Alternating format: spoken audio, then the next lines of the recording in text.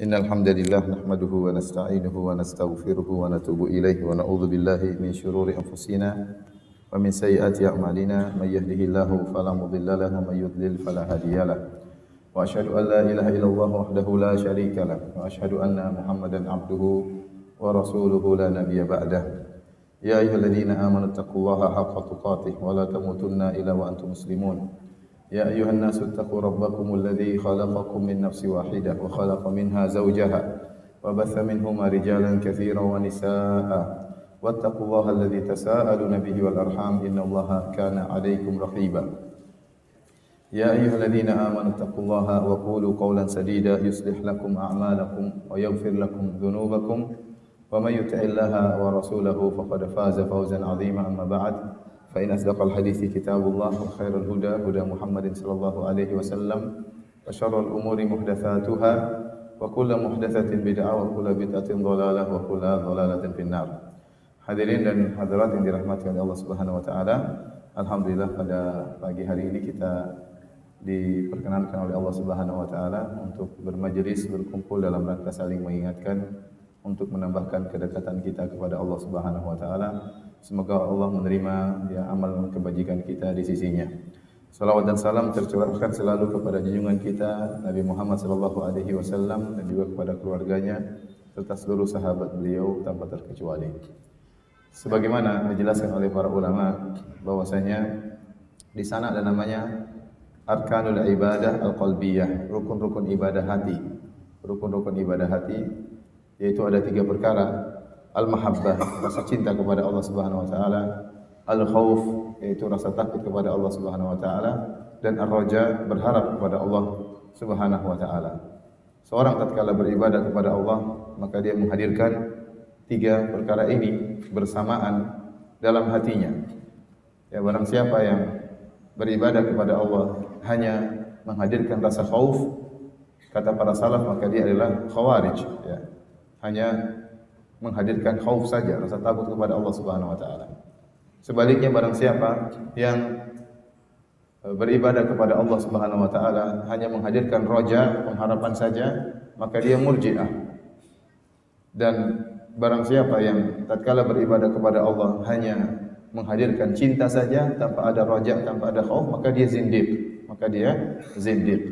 Adapun ahlu sunnah wal jamaah, tatkala mereka beribadah kepada Allah, maka mereka menghadirkan 3 perkara ini, yaitu al-mahabbah, al-khauf, dan ar-raja, rasa cinta kepada Allah, sertai dengan rasa takut kepada Allah, dan sertai pula dengan berharap kepada Allah Subhanahu wa taala. Dan 3 makna ini bisa kita rasakan tatkala kita membaca awal dari surat Al-Fatihah. Tatkala kita membaca dalam surat Al-Fatihah, alhamdulillahirabbil alamin, ya. Segala puji bagi Allah, penguasa alam semesta ini. Kata para ulama, alhamdu berbeda dengan al-madhu. Kalau al-madhu dalam bahasa Arab artinya pujian, namun tidak disertai rasa cinta. Bisa saja kita memuji musuh, bisa saja kita mengakui kehebatan orang yang sangat kita benci. Kita puji dia hebat, tapi kita benci dengan orang tersebut, ya.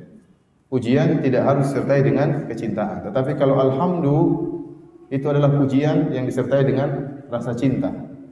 Maka tatkala kita mengatakan alhamdulillahirabbil alamin, itu kita memuji Allah.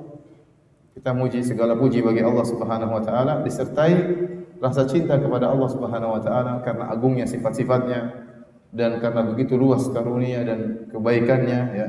Maka kita mengatakan alhamdulillahirabbil alamin. Segala puji bagi Allah, penguasa alam semesta. Ini menunjukkan cinta kepada Allah Subhanahu wa taala.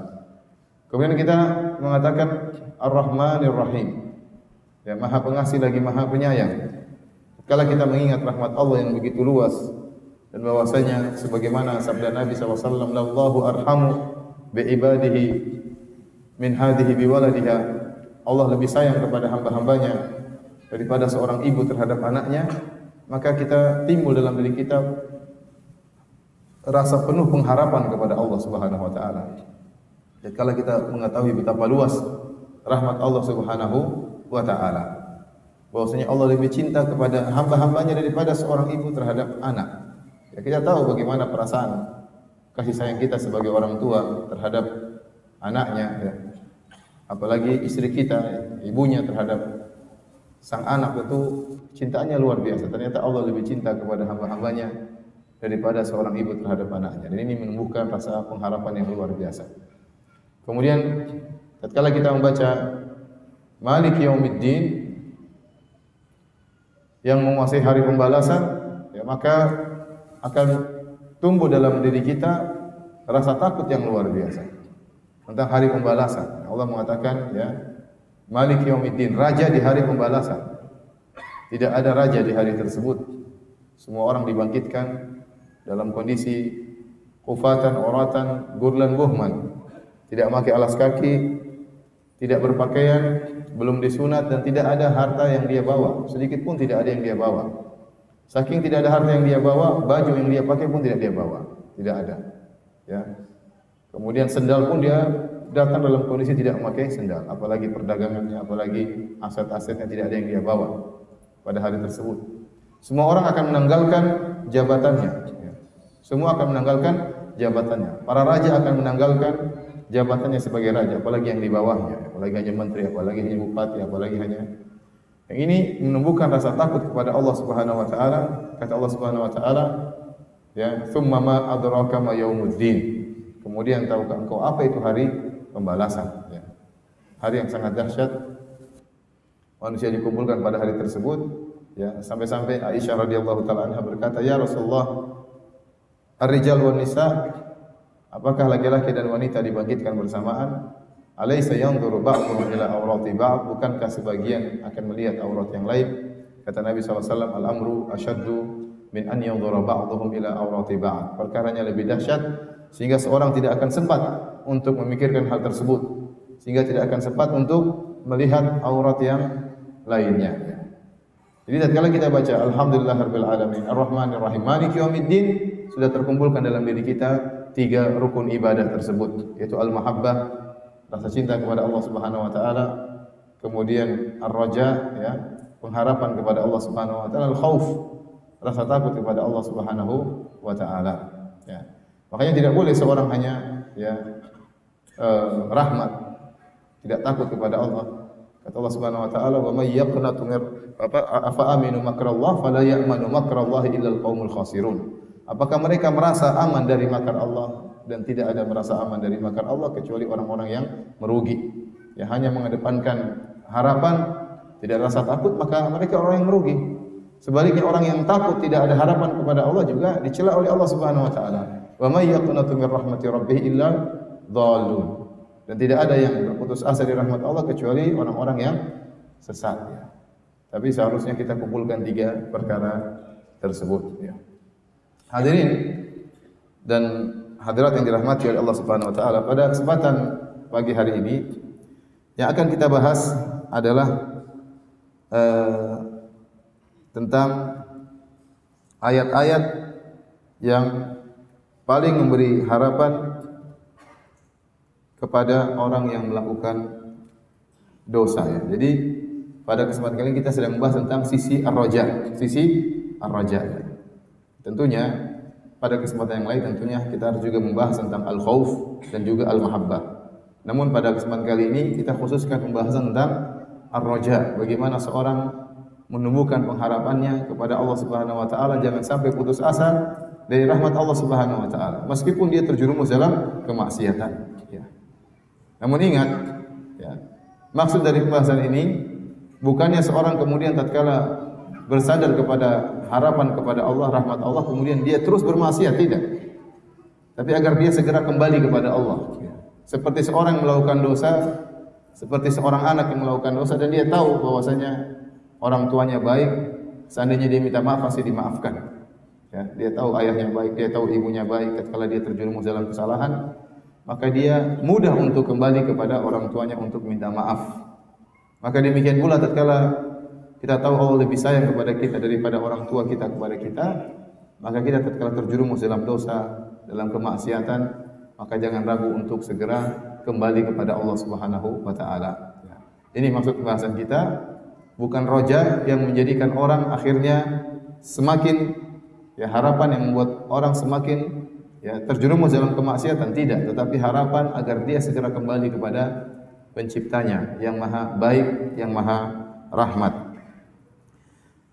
Para ulama telah berselisih tentang ayat manakah dalam Al-Quran yang paling memberi pengharapan kepada orang yang melakukan dosa. Ya. Tolong maju, ya. Ikhwan, tolong merapat ya.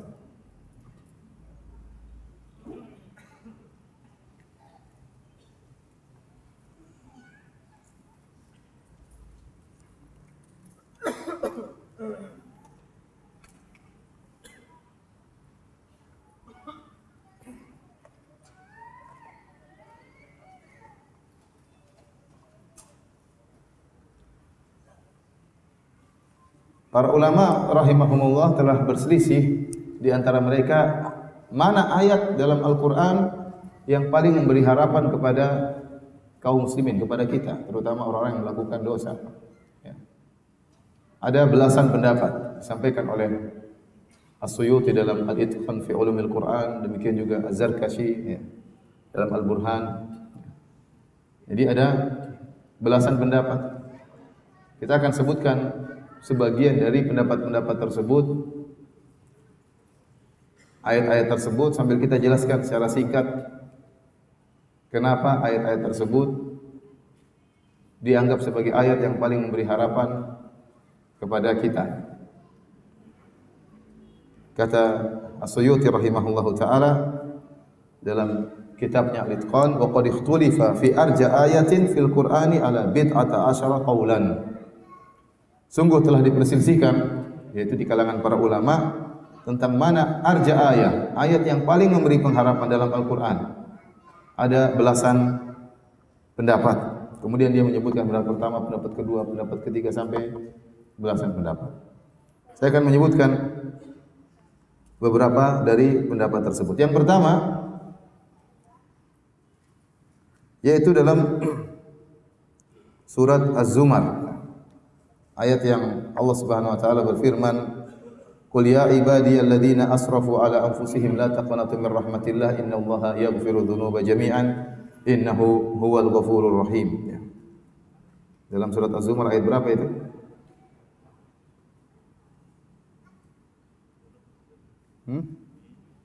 Qul ya ibadiyalladzina asrafu ala anfusihim la taqnatu min rahmatillah innallaha yaghfiru dzunuba jami'an innahu huwal ghafurur rahim. Surat Az-Zumar ayat 53. Surat Az-Zumar ayat 53. Ayat ini menurut sebagian salaf ya, itu adalah ayat yang paling memberikan pengharapan. Di antaranya pendapat Ibnu Umar radhiyallahu taala anhuma. Sahabat Ibnu Umar radhiyallahu anhuma berpendapat bahwa ini ayat yang paling beri pengharapan. Kenapa? Ayat ini khusus diturunkan oleh Allah tentang orang-orang yang melakukan maksiat. Bukan melakukan sembarang maksiat, tapi dia tenggelam dalam maksiat. Makanya Allah mengatakan alladzina asrafu, hamba-hambaku yang berlebih-lebihan dalam kemaksiatan. Bukan orang-orang yang bermaksiat tapi berlebih-lebihan. Israf dalam bahasa Arab artinya mubadzir. Itu benar-benar tenggelam dalam maksiat, berlebih-lebihan dalam bermaksiat. Allah buka ini dengan mengatakan qul ya ibadi, katakanlah. Allah seru kepada hamba-hambanya atau kepada para dai, kepada para khatib ya, kepada orang-orang soleh, katakanlah kepada hamba-hambaku yang bermaksiat, qul ya ibadiyalladzina asrafu ala anfusihim la taqnatu min rahmatillah, janganlah kalian putus asa dari rahmat Allah Subhanahu wa taala, innallaha yaghfiru dzunuba jami'an, sungguhnya Allah mengampuni seluruh dosa, innahu huwal ghafurur rahim, sungguhnya Allah Maha ya, pengampun lagi Maha penyayang. Sisi yang menunjukkan ayat ini sangat memberikan pengharapan. Yang pertama, Allah menyuruh agar kul, sampaikanlah kepada Nabi SAW. Demikian juga berlaku kepada para dai untuk menyampaikan hal ini. Kul li ibadi, katakanlah kepada hamba-hambaku. Jadi para dai disuruh menyampaikan rahmat Allah yang luas ini. Kul, katakanlah li ibadi, kepada hamba-hambaku. Alladzina asrafu ala anfusihim, orang-orang yang berlebih-lebihan dalam bermaksiat. Allah masih menamakan mereka dengan para hamba. Allah masih menamakan mereka dengan para hamba. Allah masih mengakui mereka sebagai para hamba sementara mereka tenggelam dalam kemaksiatan. Alladzina asrafu ala anfusihim, yang berlebihan dalam bermaksiat. La taqnatu min rahmatillah, janganlah kalian putus asa dari rahmat Allah. Meskipun yang maksiat kalian begitu besar ya. Karena kalau seorang sudah terjerumus dalam kemaksiatan yang begitu banyak dan begitu besar, maka datang iblis ya. Kemudian membuat dia putus asa. Buat apa kau kembali? Ya. Percuma kau kembali. Dosamu terlalu besar ya. Kemudian Allah mengatakan innallaha yaghfiru dzunuba jami'an. Sungguhnya Allah buka dengan inna, sesungguhnya Allah yaghfiru dzunuba, Allah mengampuni seluruh dosa. Seluruh dosa. Seandainya Allah mengatakan innallaha yaghfiru dzunuba, sudah cukup. Sungguhnya Allah mengampuni seluruh dosa, tapi Allah tambah lagi dengan jami'an untuk penekanan. Sungguhnya Allah mengampuni seluruh dosa, ya, ditambah lagi dengan jami'an, itu seluruhnya tanpa terkecuali. Tidak ada dosa yang besar di sisi Allah kalau seorang bertobat kepada Allah Subhanahu wa taala. Kemudian Allah tutup dengan menunjukkan sifatnya yang sangat mulia, innahu huwal ghafur, sungguhnya Allah Maha Pengampun. Kemudian Allah gandeng dengan Ar-Rahim, Maha Penyayang. Maka ayat ini benar-benar memberi harapan kepada orang yang melakukan dosa. Makanya dalam Al-Qur'an Allah menyebutkan nama-nama Allah di antaranya Al-Ghafur. Ini banyak dalam Al-Qur'an, di antaranya Ghafir, ya. Ghafiri dzambi wa qabilit taubi, ya. Yang menerima, yang mengampuni dosa dan menerima taubat, Ghafir. Kemudian Ghaffar. Kata Ghaffar, ya. Ghaffar dalam Al-Qur'an Allah sebutkan ya. Ya, seperti perkataan Nabi Nuh, faqultu astaghfiru rabbakum innahu kana ghaffara. Nabi Nuh berkata kepada kaumnya, beristighfarlah kepada Rabb kalian, sungguhnya Dia adalah Ghaffar. Ghaffar, Ghafir dan Ghafur. Ini ada makna yang tipis yang berbeda di antara tiga nama ini. Dan ini perlu pembahasan lebih dalam tentang bahasa. Tetapi intinya tiga makna ini kembali kepada makna bahwasanya Allah mengampuni dosa sebanyak apapun, sebesar apapun, kemudian bervariasi sebanyak apapun. Jadi bisa jadi dosa satu berulang-ulang. Mungkin dia berzina berulang-ulang ya. Dia makan riba berulang-ulang. Satu model dosa tapi dia banyak melakukan dosa ini. Allah Maha mengampuni. Meskipun berulang-ulangnya banyak sekali, Allah Maha mengampuni. Ya, kemudian bisa jadi dosanya sangat besar. Dosanya sangat besar. Allah juga Maha mengampuni.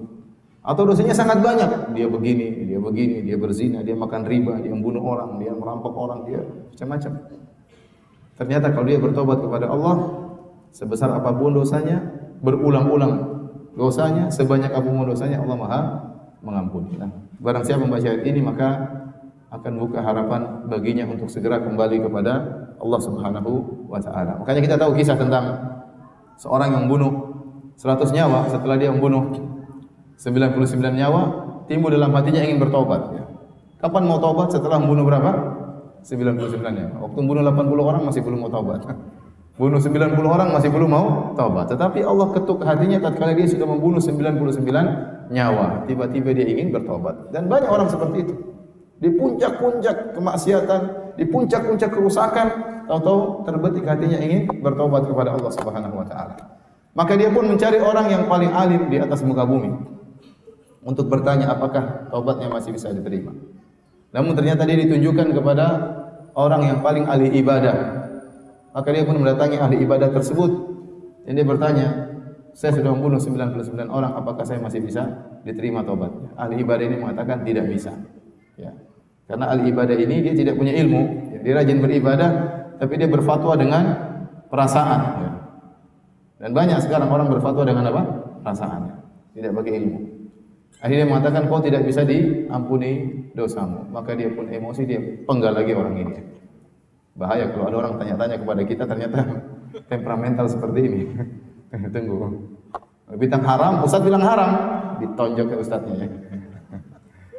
Nggak bisa diterima, sekali aja dia bunuh 100 orang. Tapi dia masih mencari lagi. Ya. Akhirnya ditunjukkan kepada orang yang paling alim di atas muka bumi. Maka dia bertanya, saya sudah membunuh 100 orang, apakah masih bisa diterima tobatnya? Ternyata masih bisa. Kenapa? Orang alim ini berfatwa dengan ilmu. Ya.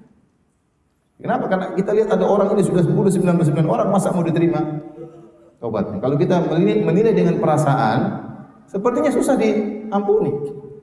Tapi bagi Allah mudah. Ya. Makanya Allah Subhanahu wa taala tatkala dalam surat Al-Buruj Allah menyebutkan tentang para raja yang mendolimi kaum mukminin, kaum mukminat, yang membakar lelaki dan wanita mukminin dan mukminah dibakar hidup-hidup. Seandainya ada orang seperti itu hidup di zaman ini, kita bilang orang ini mungkin paling neraka, paling bawah. Ya. Kalau mati tidak akan diterima, kalau bertobat tidak akan diterima. Mungkin kita pakai perasaan menilai demikian, tapi ternyata meskipun dia sekejam itu, sejahat itu, Allah masih mungkin menerima taubatnya. Makanya Allah berfirman, innal ladzina fatanul mu'minina wal mu'minati tsumma lam yatubu falahum adzabu jahannam wa lahum adzabul hariq. Sungguhnya orang-orang yang menyiksa kaum mukminin dan menyiksa kaum mukminat, itu membakar mereka hidup-hidup, digali parit, dinyalakan api, kemudian disuruh untuk masuk terbakar hidup-hidup. Sangat sadis dan sangat kejam. Kemudian nonton dengan begitu senang menyaksikan bagaimana tersiksanya kaum mukmin, kaum mukminat. Ini puncak kebengisan yang luar biasa. Dia menyiksa mereka sambil nonton, senang melihat kaum mukminin disiksa dan dibakar oleh mereka. Tapi Allah masih mengatakan bagi mereka adab yang pedih dan bagi mereka adab yang membakar, tapi Allah mengatakan sebelumnya tsumma lam yatubu, namun mereka tidak bertobat. Artinya apa? Seandainya mereka bertobat, diterima oleh Allah Subhanahu wa taala. Seandainya mereka bertobat. Saya ulangi ayatnya, kata Allah, innal ladzina fatanul mu'minina wal mu'minati tsumma lam yatubu.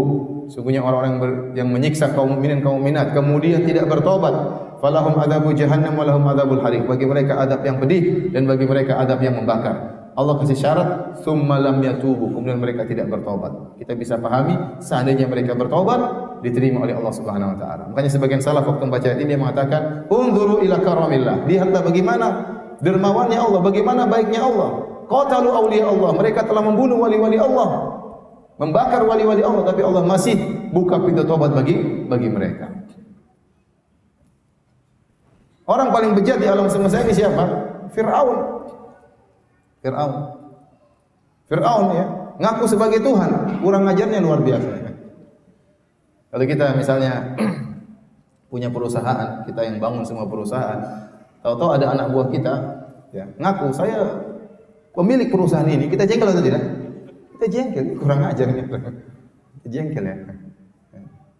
Ini Allah Subhanahu wa taala menciptakan alam semesta, tahu-tahu ada yang ngaku dia Tuhan. Apa enggak kurang ajar? Sangat-sangat kurang ajar. Sombongnya luar biasa. Tetapi apakah masih mungkin diterima taubatnya? Masih mungkin. Buktinya Allah kirim Nabi Musa, bahkan ditemani dengan Nabi Harun. Kenapa? La'allahu yatadzakkaru aw yakhsha. Kata Allah, siapa tahu Fir'aun sadar, siapa tahu Fir'aun takut. Berarti Fir'aun kalau bertobat diterima enggak taubatnya? Diterima oleh Allah Subhanahu wa taala. Meskipun dia kurang ajar seperti itu. Allah kirim Nabi Musa, bukan cuma ustaz yang dikirim, Nabi dikirim. Supaya dia bisa sadar, supaya dia bisa sadar. Namun dia tidak bertobat kepada Allah Subhanahu wa taala. Jadi luasnya rahmat Allah di luar daripada nalar kita. Sangat-sangat luas rahmat Allah Subhanahu wa taala. Sangat-sangat luas rahmat Allah Subhanahu wa taala. Tentang kisah dua orang yang berteman, yang satunya rajin beribadah, satunya tukang maksiat. Satunya rajin ibadah, mungkin ke masjid terus, sholat terus, satunya maksiat terus. Maksiat ini, maksiat anu, maksiat ini. Setiap ketemu temannya tegur. Ya hadza aqsir, wahai fulan, berhentilah engkau dari maksiat. Dia cuek aja. Ketemu lagi maksiat lagi, dia tegur lagi. Ya hadza aqsir. Wahai fulan, berhentilah dari maksiatmu. Dia cuek. Ya udah. Suatu hari dia maksiat lagi, maksiatnya lebih parah. Maka temannya rajin ibadah mengatakan, "Ya hadza aqsir, wahai fulan, berhentilah engkau dari maksiat." Maka yang ditegur jengkel. Negur terus. Kata dia, "Khallini wa rabbi, da'ni wa rabbi." Tinggalkan aku dengan Tuhanku, biarkan urusan masalah maksiatku dengan Allah. Abu Ithta alayya raqiban, apakah Allah kirim engkau untuk mengawasi aku? Engkau ini malaikat apa? Raqib dan Atid, ngawasi aku terus. Sudah ada pengawasnya, ngapain nanti ngawasi anda terus ya? Jadi orang ini ngawur ya. Waktu ditegur dia emosi dan dia ngomongnya ngawur, salah. Tidak boleh, orang tetap bernahi mungkar. Jadi dia jawab dengan ketus, Dengan jengkel dia mengatakan da'ni wa rabbi. Biarkan aku, tinggalkan aku dengan Tuhan. Bukan urusanmu kalau saya maksiat. Ini salah atau benar? Salah, enggak boleh. Kemudian bikin jengkel lagi, dia bilang, emang ente diutus oleh Allah untuk ngurusin saya? Nah, ini lebih jengkel lagi. Jadi orang ini ngawur, benar-benar ngawur. Tatkala kawannya tadi diejek seperti itu, ya, dikatakan emang kau diutus oleh Allah untuk ngurusin saya, maka dia pun emosi, akhirnya dia pun berucap tanpa dalil tapi dengan perasaan. Dia mengatakan, ya, la yaghfirullahu lak, Allah tidak akan ampuni kamu. Dia punya kesimpulan yang dibangun di atas kemarahan dia. Terungkaplah perkataan Allah tidak akan ampuni kamu. Benar, karena model kamu seperti ini. Ditegur, enggak mau. Ditegur malah ngeyel, ditegur malah balas, ditegur malah ngejek. Ya udah, la yaghfirullahu lak, Allah tidak akan ampuni kamu. Maka Allah pun mematikan mereka berdua. Allah marah. Allah berkata, man dzalladzi yata'ala alayya alla aghfira li fulan. Siapa yang berani bersumpah aku tidak akan mengampuni si fulan. Wa qad ghafartu lahu, aku telah ampuni dia. Mudah bagi Allah untuk mengampuni. Wa ahbatu amalak, dan aku ya menghapuskan amalanmu wahai orang ahli ibadah tadi. Kata Abu Hurairah radhiyallahu anhu, takallama bi kalimatin aw baqat dunyahu wa ukhrahu. Orang ini rajin ibadah tapi dia mengucapkan satu kalimat berbicara tentang sifat Allah, mengkritik sifat Allah yang Maha Pengampun, ya, kalimat yang tidak dia sadari, ternyata kalimat itu menghancurkan dunia dan akhiratnya. Ini karenanya para hadirat yang Allah Subhanahu wa taala, rahmat Allah sangat luas ya. Ayat ini kata Ibnu Umar radhiyallahu taala anhum adalah ayat arja ayatin fi kitabillah. Ayat yang paling memberikan harapan kepada hamba-hamba yang bermaksiat ya. Saya ulangi sisi-sisinya. Yang pertama, Allah mengatakan qul. Allah menyuruh nabinya, menyuruh orang-orang saleh, menyuruh para dai, menyuruh para khatib untuk menyampaikan. Menyampaikan kepada siapa? Kata Allah, kepada hamba-hambaku. Ternyata para pelaku maksiat tersebut masih dinamakan dengan apa? Hamba-hambaku. Allah masih mengakui mereka sebagai hamba-hamba Allah. Kemudian siapa pelaku maksiat tersebut? Bukan pelaku maksiat sembarang. Alladzina asrafu ala anfusihim. Orang-orang yang berlebihan dalam bermaksiat. Ya. Kemudian kata Allah, jangan putus asa dari rahmat Allah Subhanahu wa taala. Kemudian Allah mengatakan, inna, sungguhnya Allah itu mengampuni seluruh dosa. Allah tambah lagi dengan jami'an, seluruhnya tanpa terkecuali. Allah tutup lagi, innahu huwal ghafurur rahim. Sungguhnya Allah Maha Pengampun dan lagi Maha Penyayang.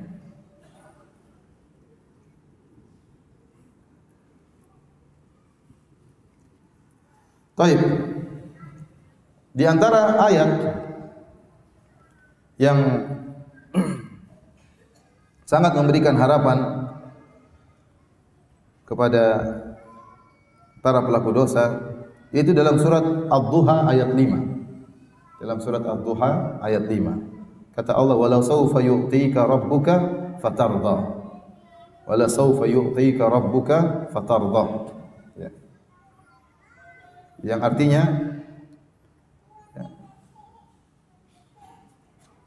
dan sungguh Allah akan memberikan kepada engkau pemberian, Rabbmu akan memberikan kepada engkau pemberian wahai Muhammad, fatarda, dan kau akan puas, dan kau akan puas.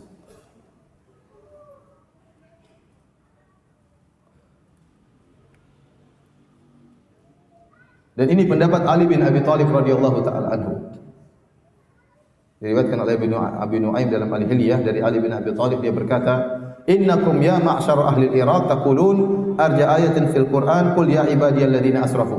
Jadi Ali pernah berkata kepada penduduk negeri Irak, dia berkata, "Wahai kalian penduduk negeri Irak, menurut kalian ayat yang paling memberi harapan dalam Al-Qur'an adalah qul ya ibadiyalladzina asrafu." Ayat yang tadi kita bahas awal, surat Az-Zumar. Lakinna ahlul kitab, tapi kami ahlul kitab, ahlul bait, lakinna ahlul bait, akan tapi kami keluarga Nabi sallallahu alaihi wasallam, naqul, menurut kami, inna arja ayatin fi kitabillah, ayat yang paling beri pengharapan adalah wala saufa yu'tika rabbuka fatarda. Sungguh Allah akan berikan kepada engkau pemberian. Rabbmu akan berikan kepada engkau pemberian dan engkau akan puas. Yakni wa hiya syafa'ah, yaitu syafaat. Jadi syafaat Nabi sangat memberikan harapan, dan Allah mengatakan kau akan puas wahai Muhammad. Allah tidak akan mengecewakan Nabi Muhammad di akhirat, dan kita tahu Nabi sangat sayang kepada umatnya. Nabi sangat sayang kepada umatnya, dan Nabi akan beri syafaat kepada umatnya. Dalam hadis Rasulullah SAW bersabda, ikhtaba'tu da'wati syafa'atan li ummati yaumal qiyamah. Sungguhnya aku menyembunyikan salah satu doaku sebagai syafaat bagi umatku pada hari kiamat. Fahiya na'ilatun insyaallah man mata la yusyriku billahi syai'a. Maka dia akan mengenai syafaat ini, akan mengenai siapa saja dari umatku yang meninggal tidak berbuat syirik sama sekali kepada Allah Subhanahu wa taala. Jadi kalau orang meninggal dalam kondisi tidak berbuat syirik kepada Allah Subhanahu wa taala, maka dia orang yang paling bisa meraih syafaat Nabi paling banyak. Ya. Semakin Anda ikhlas, semakin mudah mendapat syafaat Nabi sallallahu alaihi wasallam. Makanya Abu Hurairah pernah bertanya, "Ya Rasulullah, man as'adun nasi bi syafa'atika yaumal qiyamah?" Wahai Rasulullah, siapa orang yang paling berbahagia mendapat bagian syafaatmu yang paling banyak pada hari kiamat kelak? Kata Nabi sallallahu alaihi wasallam, "Man qala la ilaha illallah khalisan min qalbihi." Orang yang mengucapkan la ilaha illallah dan dia ikhlas dari hatinya. Itu hadis yang ini, kalau hadis Abu Hurairah Nabi mengatakan yang paling berhak mendapatkan syafaatku orang yang mengucapkan la ilaha illallah ikhlas dari hatinya. Dalam hadis ini kata Nabi yang meninggal tidak berbuat syirik sama sekali kepada Allah Subhanahu wa taala. Jadi yakinlah Anda, kalau Anda semakin ikhlas, semakin tidak mengharapkan pujian manusia, Anda bersedekah, Anda berdakwah, tidak mengharapkan sanjungan manusia, tidak mengharapkan pengakuan manusia, tidak diceritakan kepada orang lain, maka Anda semakin bisa meraih syafaat Nabi sallallahu alaihi wasallam. Adapun kalau Anda kemudian umroh haji pamer sana pamer sini, ya, masukkan ke Facebook, taruh di status ya. Alhamdulillah haji tahun ini ya. Niatnya apa? Kalau niatnya bersyukur alhamdulillah. Khawatir niatnya apa? Riya, khawatir. Ya. Sedang iktikaf jangan diganggu ya. Jadi riya tanpa ya dengan malu-malu lakukan apa? Riya. Ya. Hati-hati. Ingin dipuji, ingin disanjung, ingin diakui oleh orang lain, ini mengurangi keikhlasan. Tapi kalau Anda semakin ikhlas, tidak mengharapkan pujian manusia, tidak mengharap pamrih manusia, tidak mengharapkan pengakuan dari orang lain, ya, tapi hanya mengharapkan dari wajah Allah Subhanahu wa taala, maka Anda semakin mudah meraih syafaat dari Nabi sallallahu alaihi wasallam. Dan di antara syafaat Nabi sallallahu alaihi wasallam adalah kepada pelaku dosa besar. Dari Anas radhiyallahu taala anhu, anna Nabi sallallahu alaihi wasallam qala, bahwasanya Rasulullah SAW bersabda, "Syafaati li ahlil kaba'iri min ummati." Syafaatku bagi pelaku dosa besar dari umatku. Hadis riwayat Tirmidzi dan Abu Dawud. Ternyata orang melakukan dosa besar bisa mendapat syafaat dari Nabi sallallahu alaihi wasallam. Dan ini sangat memberi harapan. Bukan cuma pada pelaku dosa, bahkan pelaku dosa besar. Tapi syaratnya tadi harus apa? Ikhlas. Meninggal tidak boleh apa? Syirik. Maka saya ingatkan kepada para hadirin dan hadirat berusaha mempelajari apa itu syirik dan apa itu jenis-jenis kesyirikan secara detail. Karena syarat untuk bisa meraih syafaat Nabi, semakin besar kita dapatkan syafaat Nabi, syaratnya meninggal dalam kondisi tidak berbuat kesyirikan sama sekali. Nah, bagaimana kita bisa meninggalkan kesyirikan kalau kita tidak tahu apa itu syirik? Ya. Bagaimana kita bisa meninggalkan kesyirikan kalau kita tidak tahu jenis-jenis kesyirikan? Maka kita harus belajar apa itu syirik. Apa itu jenis-jenisnya? Araftu syarra lil syarri walakin li tawqihi. Man lam ya'rifi syarra minal khair yaqa fihi. Aku mengenal keburukan bukan untuk melakukannya, tapi aku mengenal keburukan untuk menjauhinya. Kenalilah kesyirikan agar kita bisa menjauhi segala bentuk kesyirikan. Jadi menurut Ali bin Abi Thalib, ayat yang paling memberi pengharapan bagi kaum muslimin adalah wala saufa yu'tika rabbuka fatarda. Kata Allah, Allah berjanji sungguh Rabbmu akan memberikan engkau pemberian pada hari kiamat sampai kau puas. Dan kita tahu bagaimana sayangnya Nabi kepada umatnya. Bagaimana sayangnya Nabi kepada umatnya. Nabi akan berusaha memberi syafaat kepada umatnya. Namun memang tidak semua orang meraih syafaat Nabi sallallahu alaihi wasallam. Jika seorang meninggal dalam kondisi tidak syirik, maka sangat besar kemungkinan dia meraih syafaat Rasulullah sallallahu alaihi wasallam. Baik.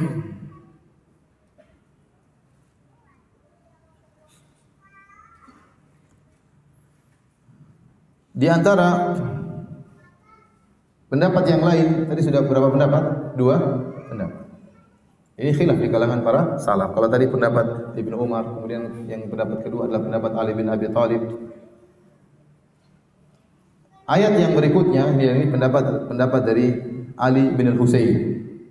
Ali bin Husain bin Ali bin Abi Thalib, yaitu Zainal Abidin. Zainal Abidin adalah Ali bin Husain.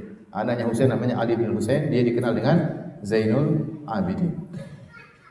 Dia berpendapat bahwasanya kata dia wa arja ayatin fil Quran li ahli tauhid. Ayat yang paling memberi pengharapan dalam Al-Qur'an bagi pemilik tauhid yaitu dalam surat An-Nisa, innallaha la yaghfiru ayyushraka bih wa yaghfiru ma duna dzalika liman yasha. Surat An-Nisa ayat berapa itu?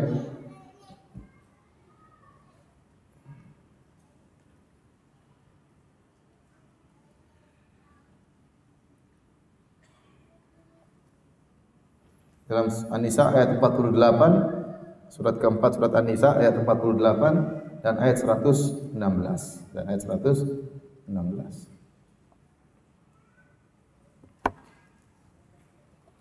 Ayat ini adalah ayat yang paling memberi pengharapan bagi pelaku maksiat menurut ya, terutama ahli tauhid menurut Zainal Abidin rahimahullahu taala, dia seorang tabi'in. Kenapa? Karena Allah berfirman, innallaha la yaghfiru ayyushraka bih. Sungguhnya Allah tidak mengampuni dosa syirik. Wa yaghfiru ma duna dzalika liman yasha, dan Allah mengampuni dosa selain kesyirikan bagi yang Allah kehendaki. Berarti kalau ada orang meninggal dunia selama dia tidak berbuat kesyirikan, dia masih mungkin diampuni. Dia masih sangat mungkin untuk diampuni. Kalau ada orang meninggal dunia dalam kondisi syirik, sudah tidak akan diampuni. Ya. Kekal dalam neraka selama-lamanya. Tapi kalau dia meninggal dalam kondisi bermaksiat, apakah kita bisa vonis masuk neraka? Jawabannya tidak bisa. Karena menurut akidah Ahlussunnah wal Jamaah, semua yang melakukan dosa besar selain kesyirikan tahta masyiatillah, di bawah kehendak Allah Subhanahu wa taala. Insya'a adzabahu wa insya'a afa anhu. Kalau Allah berkehendak Allah azab dia, kalau Allah berkehendak Allah akan ampuni dia. Ada orang misalnya qadarullah ya, la qadarullah meninggal dalam kondisi lagi bermaksiat ya. Lagi mencuri tahu-tahu ditangkap sama masyarakat, dibakar hidup-hidup sama masyarakat. Ini mati konyol bukan? Ini mati konyol, mati su'ul khotimah, mati paling buruk seperti ini. Tapi apakah dia pasti masuk neraka? Jawabannya tidak. Kenapa? Itu bukan dosa syirik. Itu bukan dosa syirik. Ada orang berzina, tahu-tahu meninggal dunia. Dan ini banyak terjadi. Orang bilang meninggal di atas tali pusar. Lagi berzina ya. Berzina di hotel, ketemu dengan cewek panggilan ya. Ya, istrinya tidak tahu dia berzina, tahu-tahu kena serangan jantung, meninggal lagi berzina. Ini namanya su'ul khotimah. Mati dalam kondisi sangat buruk ya. Tapi apakah dia pasti masuk neraka? Jawabannya tidak. Itu dosa bukan dosa kesyirikan. Ada orang mati gantung diri, bunuh diri. Apakah dia pasti masuk neraka? Jawabannya tidak. Itu dosa. Ya. Tetapi tidak bisa kita vonis dia pasti masuk apa? Neraka. Kenapa? Karena itu bukan dosa kesyirikan. Masih dalam koridor tahta masyiatillah, di bawah kehendak Allah Subhanahu wa taala. Maka menurut Zainal Abidin ya, bahwa ini ayat yang paling memberikan pengharapan. Maka jika seorang bertauhid kepada Allah Subhanahu wa taala, ya masih mungkin dia diampuni meskipun dosanya sebesar apapun. Meskipun ada kemungkinan untuk diazab, itu pun tidak akan abadi azabnya ya. Itu pun tidak akan abadi azabnya. Dan ini berbeda dengan pemahaman Khawarij dan pemahaman Mu'tazilah ya. Pemahaman Khawarij dan pemahaman Mu'tazilah ya. Apa perlu saya jelaskan di papan tulis? Ya. Tidak perlu. Perlu. Apa ya biar kayak belajar gitu.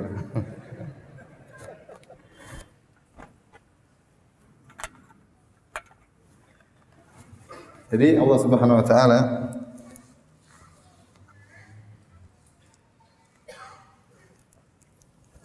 Allah berfirman, "Innallaha la yaghfiru an yushraka bihi wa yaghfiru ma duna dzalika liman yasha." Allah tidak mengampuni dosa syirik dan Allah mengampuni dosa selain kesyirikan. Sehingga timbullah perselisihan tentang pelaku dosa besar. Pelaku dosa besar ya. Maka Ada tiga pendapat secara umum ya. Sini Ahlus Sunnah wal Jamaah. Di sini ada namanya kelompok Al-Wa'idiyah. Sini namanya Al-Wa'diyah. Al-Wa'idiyah yaitu yang hanya memperhatikan dalil-dalil ancaman.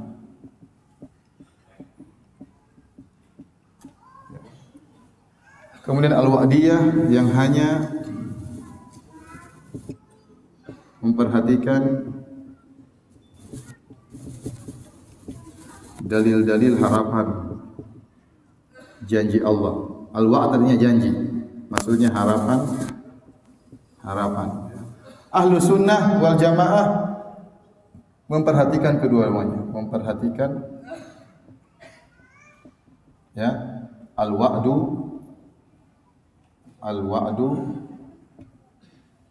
dan al-wa'id.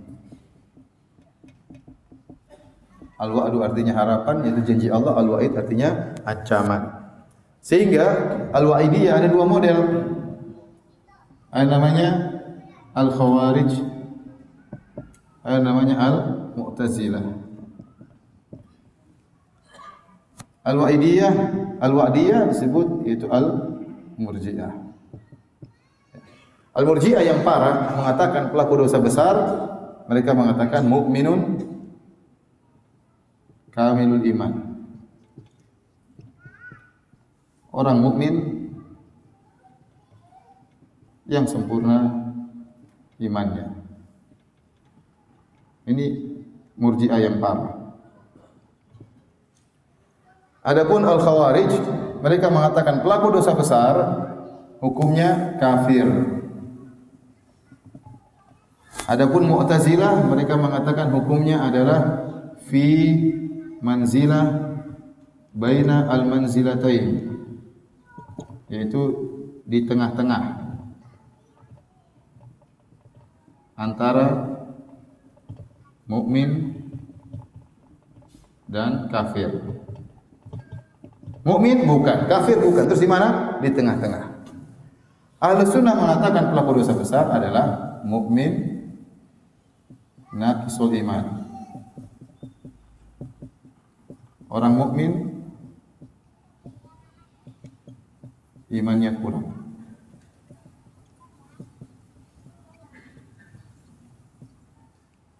Maka al-khawarij mereka menghukumi pelaku dosa besar dengan orang-orang sebagai kafir. Dan pertama kali muncul khawarij di zaman Ali bin Abi Thalib, tatkala mereka menyuarakan la hukma illa lillah, tidak ada hukum kecuali hukum Allah. Mereka menuduh Ali bin Abi Thalib berhukum dengan hukum selain Allah, maka mereka kafirkan Ali bin Abi Thalib. Mereka menuduh Muawiyah berhukum dengan hukum selain Allah, maka mereka kafirkan Muawiyah. Dan juga mereka mengkafirkan orang yang ridho dengan kesepakatan antara al-hakamain, antara utusan Ali bin Abi Thalib yaitu Abu Musa al-Asy'ari dan utusan dari Muawiyah yaitu Amr bin al-As radhiyallahu anhu, bikin kesepakatan yang setuju semuanya kafir, dianggap berhukum dengan selain hukum Allah. Ini kafir di dunia, ini semua hukum dunia. Di neraka, di akhirat kekal di neraka. Nah, al-wa'idiyah di akhirat apa? Di surga. Ahlus Sunnah wal Jamaah pelaku dosa besar apa? Tahta masyiatillah.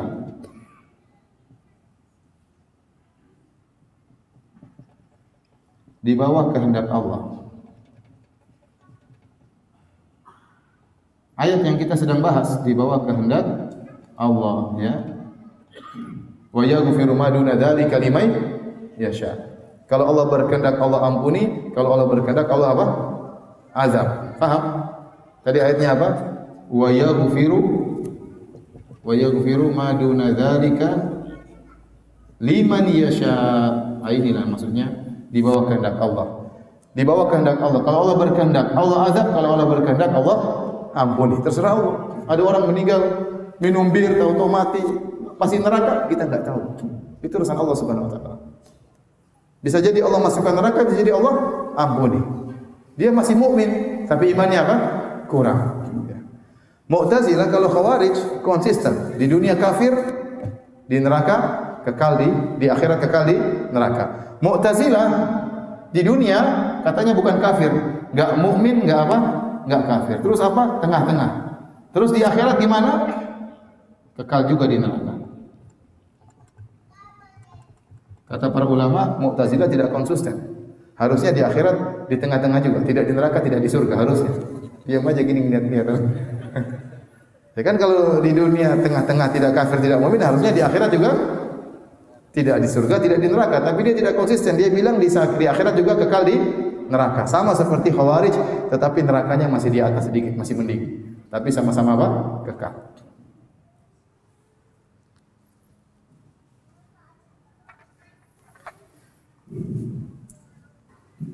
Baik, kita lanjutkan. Kita kembali membacakan buku kitab Al-Itqan, ya, fi Ulumil Quran karangan As-Suyuti. Kalau beliau menyebutkan tentang ayat manakah yang paling memberi harapan bagi hamba-hamba Allah, terutama bagi pelaku maksiat. Ini pendapat yang berikutnya.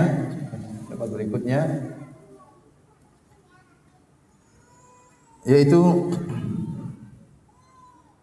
dari Ibnu Mubarak. Pendapat Ibnu Mubarak, dia mengatakan ayat yang paling memberi pengharapan adalah dalam surat An-Nur, ya. Saya carikan ayat ke berapa.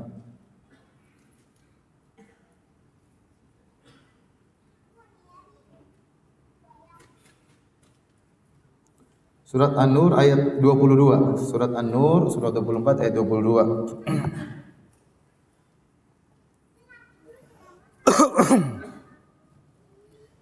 Kata Allah Subhanahu wa taala, dan ini pendapat tadi siapa? Pendapat Ibnu Mubarak. Ibnu Mubarak ini ulama yang hebat, yang disebutkan tidak sembarang ulama yang bisa mengumpulkan banyak kebaikan. Ya. Ada orang yang mungkin dia hanya ahli agama tapi dia, ya, dalam sisi yang lain dia kurang. Dia bukan mujahid misalnya. Atau dia mungkin alim tapi dia bukan dermawan karena dia tidak punya harta misalnya, ya. Dan demikian. Ibnu Mubarak dia semuanya ada pada dia. Dia ulama, dia ahli hadis. Dia mujahid fisabilillah, dia juga dermawan, suka apa? Bersedekah. Jadi banyak kebaikan terkumpulkan pada Ibnu Mubarak. Kalau kita baca biografi beliau sangat luar biasa karena dia mengumpulkan banyak kebaikan terkumpulkan pada satu orang. Tapi dia mengatakan,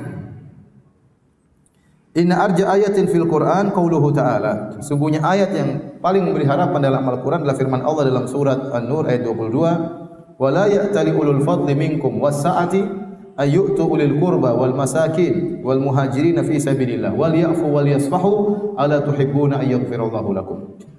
Kata Allah Subhanahu wa taala, dan janganlah orang-orang yang mempunyai kelebihan dan kelapangan di antara kalian, kelebihan harta, kelapangan harta.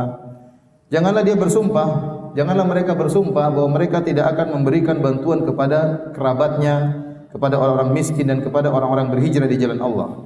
Maka hendaknya mereka memaafkan dan berlapang dada. Ala tuhibbuna ayyaghfirallahu lakum, tidakkah kalian suka jika Allah mengampuni kalian? Ayat ini secara sederhana turun kepada Abu Bakar radhiyallahu taala anhu dalam kisah hadisatul ifk, ya, tatkala Aisyah radhiyallahu taala anha dituduh berzina dengan Safwan bin Mu'attal As-Sulami. Ya, kisahnya ma'ruf tatkala Aisyah, ya, tatkala dia buang tatkala dia terlambat dalam terlambat dalam safar, ya, karena dia mencari kalungnya, ya, sehingga akhirnya rombongan musafirin sudah pergi, mereka menyangka Aisyah berada di keranda ontanya. Ternyata Aisyah lagi tidak di keranda. Ya, para pengawal Aisyah tidak sadar kalau Aisyah tidak ada di keranda. Kenapa? Karena Aisyah kurus, ya, masih remaja dan kurus. Jadi di atas keranda atau di bawah keranda rasanya tidak terlalu beda, ya. Sehingga mereka menyangka Aisyah sudah dalam keranda, padahal tidak dalam keranda. Akhirnya mereka pergi.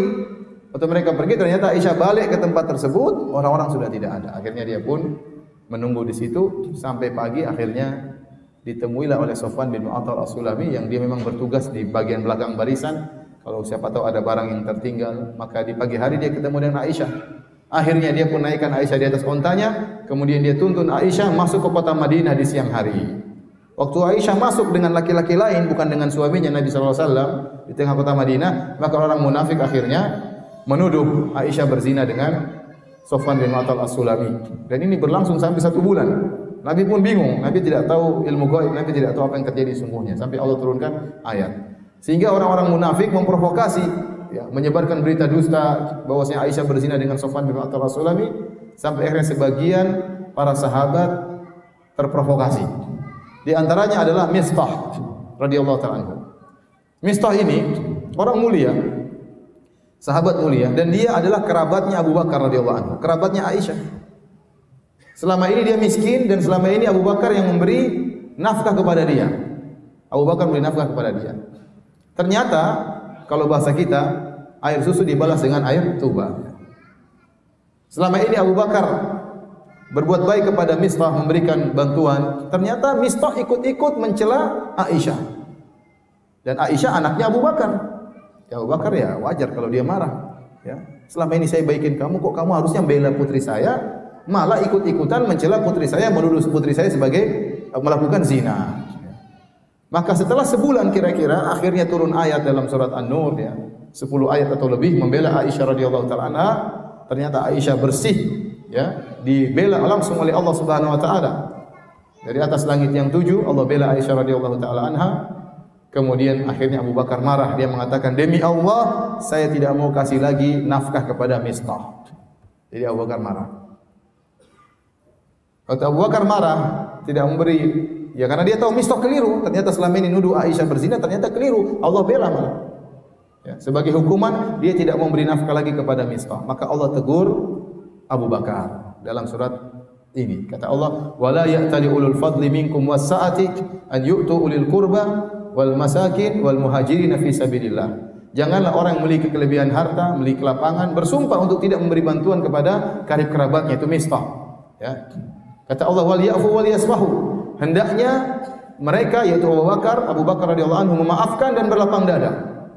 Yang menakjubkan di akhir ayat, Allah mengatakan, ala tuhibbuna ayyaghfirallahu lakum. Tidakkah kalian suka jika Allah mengampuni kalian? Untuk perhatikan di sini ada perubahan kata ganti, perubahan dhamir. Kata ganti. Allah mengatakan hendaknya mereka. Itu kata ganti orang berapa? Oh ya, antum belajar bahasa Indonesia tidak? Kata ganti orang pertama, orang kedua sama orang ketiga. Mereka itu orang ketiga. Kata Allah hendaknya mereka memaafkan dan berlapang dada. Kemudian Allah ganti, Allah rubah kata gantinya. Apakah kalian? Jadi kata ganti orang kedua. Apa kalian tidak suka jika kalian diampuni oleh Allah Subhanahu wa taala? Berarti ayat ini meskipun turun kepada mereka, kepada siapa? Abu Bakar dan yang semisalnya, ternyata berlaku juga bagi kalian. Ternyata berlaku juga bagi kalian. Ya. Karena kalau kata gantinya masih kata ganti orang ketiga, seakan-akan hanya berlaku kepada Abu Bakar. Tapi Allah rubah kata gantinya, ala tuhibbuna ayyaghfirallahu lakum. Tidakkah kalian suka jika Allah mengampuni kalian? Berarti ayat ini mencakup seluruh umat Islam. Di mana sisi ayat ini memberi pengharapan? Di sisinya, karena kalau kita memaafkan orang lain, kita diampuni oleh Allah. Itu maksudnya. Kalau kita memaafkan orang lain, kita diampuni oleh Allah. Kalau kita berlapang dada, berusaha melupakan, semoga Allah melupakan, ya, dosa-dosa kita tidak diingatkan lagi. Semoga. Karena Allah mengatakan wal ya'fu, maafkanlah, bukan cuma itu. Allah mengatakan wal yasfahu, dan berlapang dada. Ada tingkatan memaafkan, ada tingkatan lebih daripada sekedar memaafkan. Dia berusaha melapangkan, berusaha untuk melupakan. Ya. Makanya dikatakan akhlak yang mulia yang paling susah itu, ya, al-ihsan ila man asa, berbuat baik kepada orang yang berbuat buruk kepada kita. Berbuat baik kepada orang yang berbuat buruk kepada kita. Ya. Kalau memaafkan itu berat, yang lebih berat lagi melupakan, itu lebih berat lagi. Tapi semakin kita bisa memaafkan dan melupakan, semakin baik. Nah, itu susah, ya. Kenapa hadirin ayat ini sangat memberikan harapan bagi kita? Karena kita tahu kita ini banyak dosa. Benar, kita sering beristighfar dalam sholat kita, dalam zikir pagi petang kita beristighfar 100 kali. Ya. Pagi hari 100 kali, sore hari 100 kali. Di jalan kita beristighfar kepada Allah, dalam sujud kita beristighfar. Ya, kalau kita umroh kita beristighfar, haji kita beristighfar. Tapi siapa yang jamin bahwasanya seluruh dosa-dosa kita diampuni oleh Allah Subhanahu wa taala? Tidak ada yang jamin. Istighfar itu artinya apa? Istighfar, astaghfirullah artinya ya Allah, atlubu minka al-maghfirah. Ya Allah, aku mohon darimu al-maghfirah. Ini sudah sering saya jelaskan dalam kajian-kajian saya. Dan al-maghfirah itu artinya ya Allah, tutuplah dosa-dosaku dan hilangkanlah dampak buruk dari dosa-dosaku. Karena dosa itu sangat mudah dibongkar oleh Allah dan pasti ada dampak buruknya. Al-maghfirah diambil dari kalimat mikfar. Mikfar adalah helm yang dipakai oleh prajurit yang memiliki dua fungsi. Fungsi pertama menutup kepala sang prajurit, yang kedua melindungi dari hantaman pedang dari musuh. Tidak semua penutup kepala disebut dengan mikfar. Contohnya songkok, kolang suwa tidak dikatakan mikfar. Kenapa? Fungsinya cuma satu, hanya menutup, namun dia tidak melindungi. Sorban juga tidak dikatakan mikfar, karena fungsinya cuma satu, hanya menutup, tidak melindungi. Adapun helm yang dipakai prajurit fungsinya dua, menutupi dan melindungi. Nah, demikianlah kita mohon kepada Allah maghfirah. Astaghfirullah artinya ya Allah, aku mohon kepada Engkau dua perkara ya Allah. Pertama, tutupilah aib dosa-dosaku. Jangan Kau bongkar di dunia, apalagi di akhirat. Ini yang pertama. Yang kedua, janganlah Engkau beri dampak dari dosa-dosaku, karena dampak dosa bisa di dunia, terlebih lagi di akhirat. Dosa itu pasti ada dampaknya. Anda gelisah, Anda sedih, Anda sakit ya. Anda khawatir ya. Anda galau, itu akibat dosa. Itu akibat apa? Dosa. Orang kalau istiqamah dia tidak khawatir, tidak ragu. Kata Allah, innal ladzina qalu rabbuna Allahu tsumma istaqamu fala khaufun 'alaihim wa lahum yahzanun. Sungguhnya orang-orang yang istiqamah, yang berkata kami beriman, tsumma istaqamu, rabbuna Allah, kata mereka Rabb kami adalah Allah, tsumma istaqamu, kemudian mereka istiqamah, fala khaufun 'alaihim wa lahum yahzanun, tidak ada kekhawatiran bagi mereka dan tidak ada kesedihan. Yang berlalu tidak mereka sedihkan membuat mereka sedih, yang akan datang tidak membuat mereka galau. Itu orang istiqamah. Kapan kita galau, kapan kita sedih, kapan kita khawatir karena ada dosa yang kita lakukan. Dan itu dampak dari dosa. Atau kalau kita mengatakan astaghfirullah, ya Allah aku mohon maghfirah darimu, yaitu ya Allah tutuplah dosa-dosaku, jangan Kau bongkar aibku di hadapan manusia di dunia apalagi di akhirat. Yang kedua, jangan Kau berikan dampak maksiat kepada diriku. Nah, kita sering beristighfar, tapi tidak ada jaminan seluruh dosa-dosa kita diampuni oleh Allah Subhanahu wa taala. Bisa jadi ada dosa-dosa yang tidak Allah ampuni. Ada cara lain agar dosa-dosa tersebut diampuni oleh Allah. Caranya Anda mengampuni orang lain. Caranya Anda mengampuni orang lain. Maka Allah mentakdirkan ada orang mendolimi Anda. Allah mentakdirkan ada orang ngata-ngatain Anda. Allah mentakdirkan ada orang mengejek Anda, merendahkan Anda. Maafkan dia. Ini kesempatan dosa-dosa Anda yang belum terhapuskan diampuni oleh Allah Subhanahu wa taala. Maka ayat ini dikatakan sebagai arja ayatin fi kitabillah menurut Ibnu Mubarak. Ayat yang paling memberi harapan kepada hamba-hamba Allah. Karena dosa-dosa bisa diampuni dengan cara kita mengampuni orang lain. Tapi itu sangat susah ya. Sangat susah ya. Kebanyakan orang kalau sudah diganggu dia ingin balas ya. Kalau bisa dibalas lebih parah daripada. Saya sebenarnya sabar tapi dia kurang ajar sekali ya. Itu namanya enggak sabar ya. Memang susah, tapi ya begitulah. Kalau Anda renungkan ayat ini, ketahuilah kalau ada orang ngata-ngatain Anda, ada orang menuduh-nuduh Anda, ada orang mengejek Anda, merendahkan Anda, itu pasti terjadi. Ya, ada orang suudzon sama Anda, dan itu pasti terjadi. Namanya dalam siapapun Anda, ya. Siapapun Anda, ya, ustadz kah, bukan ustadz kah, direktur lah, apalagi pegawai lah, semuanya pasti dizolimi. Dia pasti pernah merasakan hal ini, dizolimi oleh orang. Dizolimi oleh orang yang jauh maupun yang dekat. Terkadang dizolimi sama orang jauh, terkadang dizolimi sama tetangganya, terkadang disakiti oleh keluarganya, disakiti oleh suaminya, disakiti oleh istrinya, disakiti terkadang oleh kakak dan adiknya, orang tuanya. Ya sudah, maafkan aja. Maafkan, ini kesempatan dosa-dosa Anda diampuni oleh Allah Subhanahu wa taala. Baik, kita lanjutkan.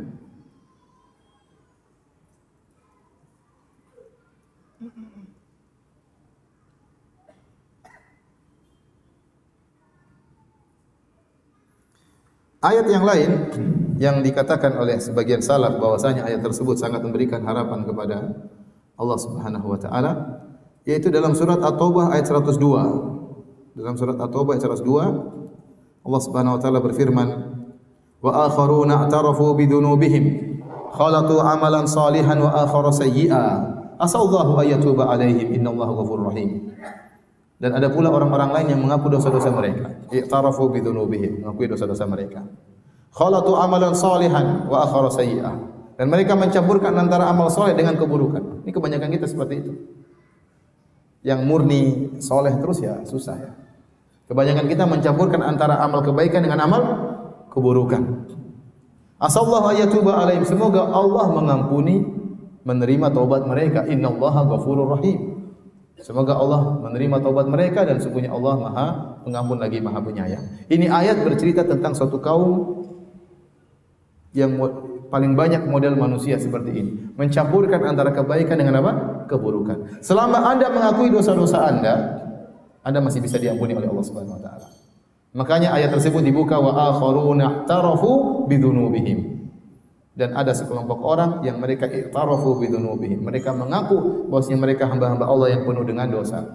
Bukan berarti mereka tidak punya kebaikan, punya kata Allah. Khalatu amalan salihan wa akhara sayyi'an. Mereka mencampurkan antara amal saleh dengan amal keburukan. Kebanyakan kita seperti itu. Kebanyakan kita seperti itu. Apalagi zaman sekarang. Siapa yang bisa di zaman sekarang ini menjaga pendengarannya, menjaga penglihatannya, menjaga lisannya, menjaga tangannya, tidak komentar, tidak nulis? Siapa? Ya. Kalau sudah lihat sesuatu pingin komentar, lihat sesuatu pingin nulis, dan tulis komentar terkadang celaan, terkadang tuduhan, terkadang analisa yang ngawur, ya, dan macam-macam. Pandangan, siapa yang bisa jaga pandangannya? Ya. Apalagi di zaman sekarang ini, fitnah kita bawa kemana-mana, fitnah di HP kita. Siapa orang punya akun Twitter, Facebook, Instagram tidak pernah lihat maksiat? Siapa coba? Tidak ada, kecuali orang buta yang lihat maksiat.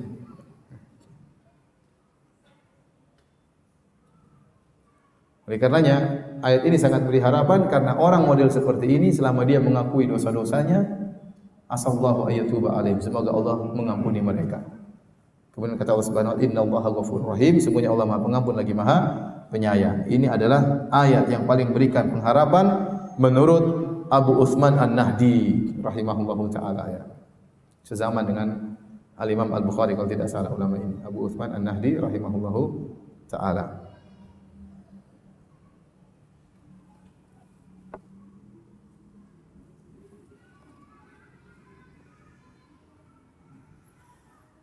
Kemudian di antara ayat yang sangat memberikan harapan kepada hamba-hamba Allah Subhanahu wa taala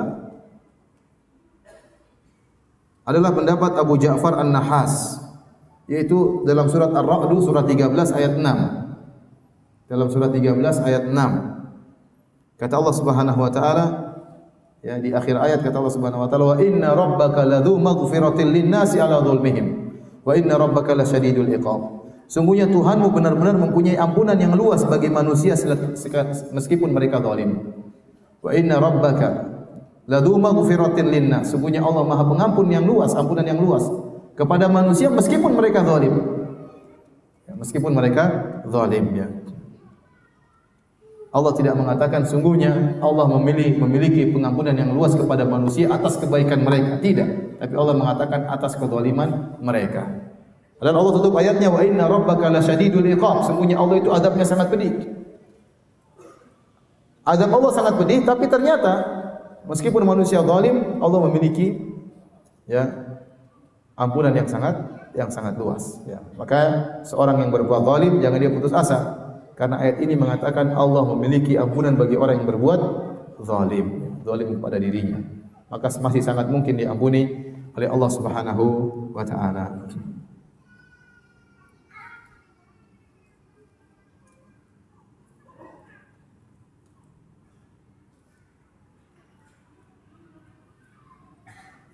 Kemudian di antara ayat yang sangat memberikan pengharapan menurut pendapat sebagian ulama salaf ya.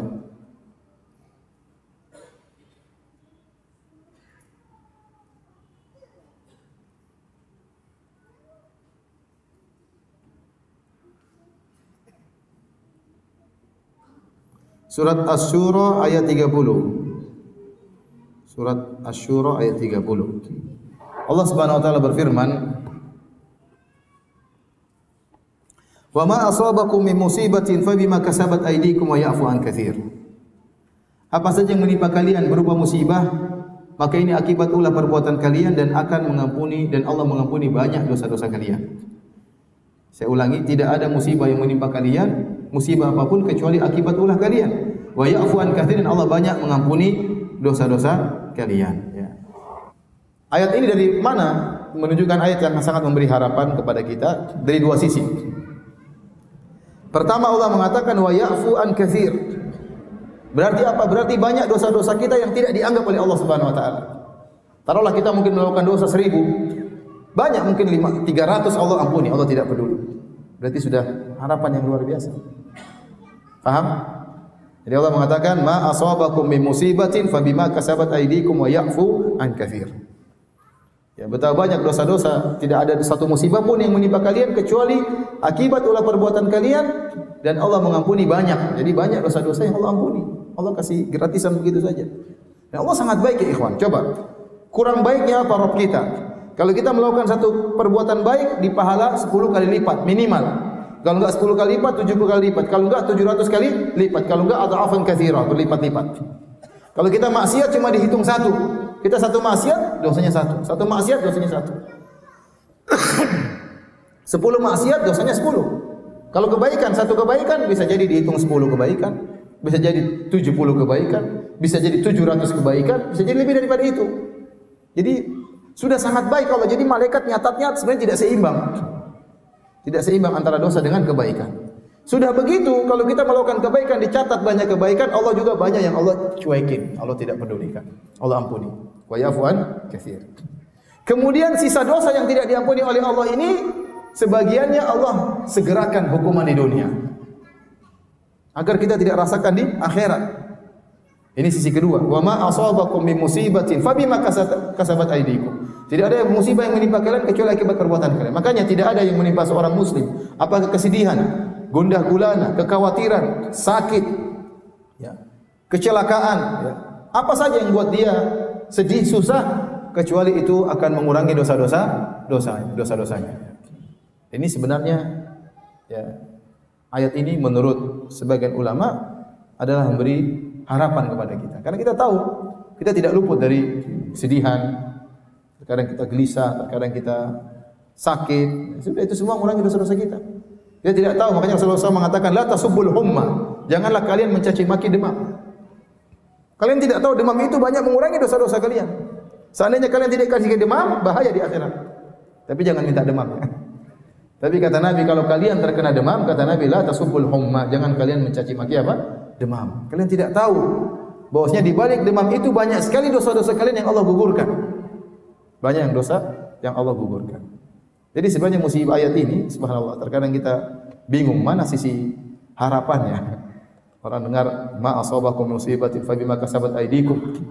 Tidak ada satu musibah menimpa kalian kecuali, ya, akibat ulah perbuatan kalian. Seakan-akan ayat yang memberi ketakutan, tapi ternyata menurut sebagian salaf ini ayat bukan memberi ketakutan, tapi memberikan apa? Harapan.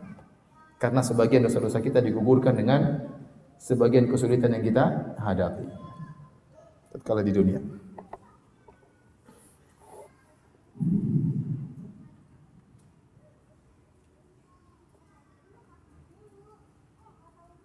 Taib. Yang paling menakjubkan lagi di antara pendapat para salaf tentang ayat yang paling memberikan harapan adalah ayatul dain. Ayat tentang hutang yang Allah sebutkan dalam surat Al-Baqarah, yaitu ayat surat Al-Baqarah ayat 282. Surat Al-Baqarah surat kedua ayat 282. Ayat tentang hutang. Saya bacakan ya. Ya ayyuhalladzina amanu idza tadayantum bidainin ila ajalin musamman faktubuh, ya, dan seterusnya. Wahai orang yang beriman, jika kalian berhutang dengan suatu hutang untuk jangka waktu tertentu, maka tulislah.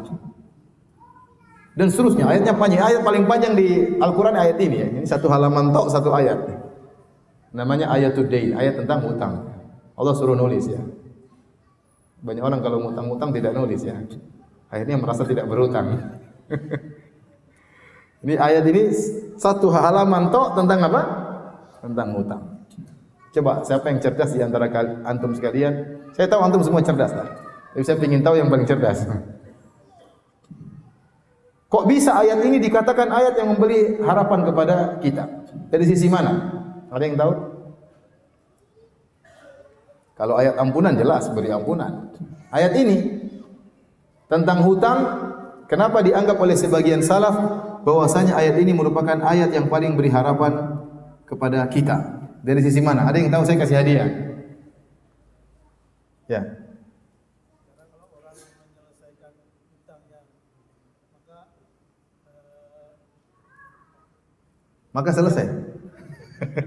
dia nggak akan ada tanggungan di akhirat. Masya Allah. Kata dia, kata beliau, karena barang siapa yang menyelesaikan hutangnya, dia tidak punya tanggungan di akhirat. Masya Allah. Tapi salah, bukan itu. Ini Masya Allah, ini bagus, ini jarang orang ini bagus ya. Bayangkan, benar, kalau kita punya hutang, masalah di akhirat atau tidak? Maka seakan-akan Allah bilang, selesaikan hutang. Kalau enggak repot di akhirat. Nabi pernah tidak mau menyalatkan seorang karena punya hutang 2 dinar. Ya. Repot. Nabi tidak mau sholatin dia sampai hutang dilunasi dulu. Tapi ini benar tapi salah ya. Kurang tepat. Bukan itu yang disebut oleh para ulama. Ada yang bisa jawab lagi yang lain? Coba. Terus?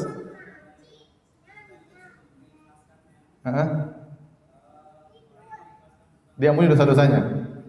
Kata beliau ini juga canggih ya. Barang siapa yang beri hutang kepada orang lain, kemudian dia ikhlaskan, tidak usah dia tagih, dia relakan, maka akan diampuni dosa-dosanya. Mantap, tapi bukan itu jawabannya.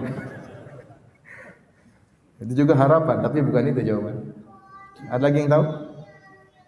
Coba. Apa?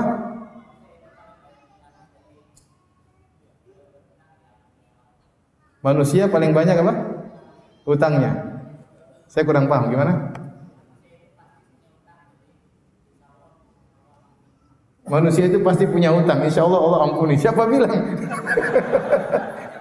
Kalau kita punya hutang sama orang, kita mati tidak bayar, repot urusannya. Allah tidak bilang Allah ampuni, tidak ya. Repot ya. Ya.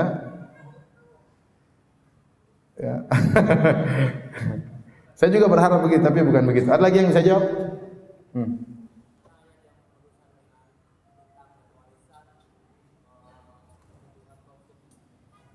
Menimbulkan apa? Jadi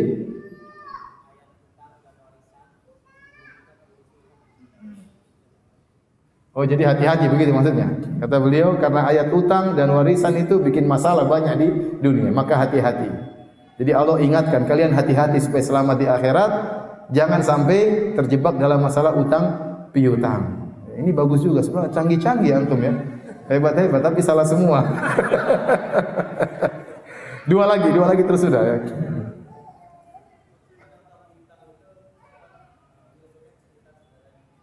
Karena utang piutang dapat apa? Masya Allah. Karena hutang piutang itu dapat membantu saudara.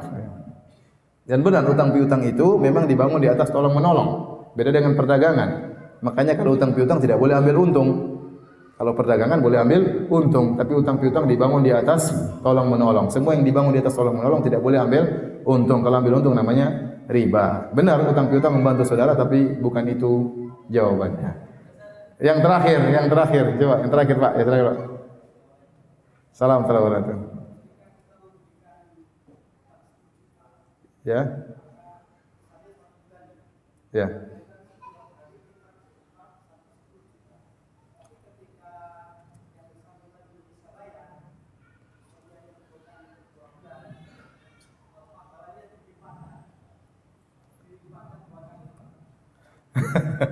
Jadi kata beliau, barang siapa yang kasih hutang sama orang, dia dapat pahala banyak ya. Ditunda lagi dapat pahala lagi ya. Jadi memang aturannya kalau kita kasih hutang sama orang ada 3 kemungkinan. Pertama kita ikhlaskan, maka pahalanya sangat besar. Yang kedua kita turunkan, harusnya dia hutang dia 10 juta kita suruh bayar 5 juta. Ini juga kita akan diampuni oleh Allah Subhanahu wa taala. Sama seperti jawaban pertama tadi. Kalau kita memaafkan orang dalam hutang piutang, kita juga dimaafkan oleh Allah. Kalau kita utang maafkan separuh, tetap kita juga diampuni oleh Allah Subhanahu wa taala. Atau kita tunda, nanti saja kamu bayar, kita pun diampuni oleh Allah Subhanahu wa taala. Tapi bukan itu jawabannya ya. Saya mau jawaban sesuai dengan yang ada di buku ya. Saya bacakan ya, kata As-Suyuti rahimahullahu taala, ayatul dain wa wajhuhu anna Allah arsyada ibadahu ila masalihihim ad-dunyawiyah hatta intahatil inayatu bi masalihim ila amrihim bi kitabid dain al-katsir wal akhir. Fa muqtada dhalik ya turja'afuhu anhum li dhuhuril inayah al-'azimah bihim. Kata Suyuti rahimahullahu taala, ayat tentang hutang yang sangat panjang itu ayat terpanjang dalam Al-Qur'an, ayat hutang. Menunjukkan bagaimana besar perhatian Allah terhadap hamba-hambanya. Bahkan dalam masalah pelik seperti ini, dan ini masalah dunia, Allah suruh begini, hitung begini, atur begini, catat begini, yang besar, yang ringan, saksinya berapa, Allah begitu perhatian. Ini menunjukkan perhatian Allah yang sangat besar kepada hamba-hambanya. Karena kita tahu betapa besar perhatian Allah terhadap hamba-hambanya, sampai masalah hutang seperti ini Allah perhatikan secara detail, maka kita harapkan tatkala di akhirat Allah perhatian juga terhadap kita, sehingga maafkan kita.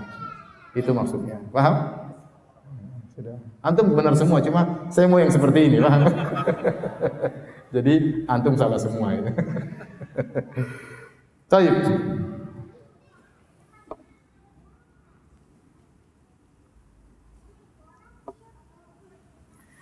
Ada lagi ayat yang lain ya. Masih ada waktu kan? Ini sampai jam berapa, Pak Haiban? Sampai jam berapa? Sampai sore? Boleh? Terus saja. Ada ayat terakhir panjang sekali bahasannya. Ayat terakhir agak panjang bahasannya, butuh 15 menit ya. Nanti kita tutup dengan ayat tersebut. Baik. Di antara ayat yang sangat memberikan harapan kepada kita yaitu in tajtanibu kaba'ira ma tunhauna anhu. Ya. Saya carikan ayatnya.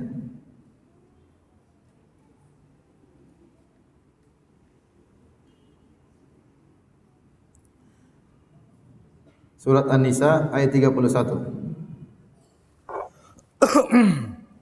Sebagian salah berpendapat bahwa ini ayat yang paling beri harapan kepada kita. In tajtanibu kaba'ira ma tunhauna anhu nukaffir ankum sayyi'atikum wa nudkhilkum mudkhalan karima.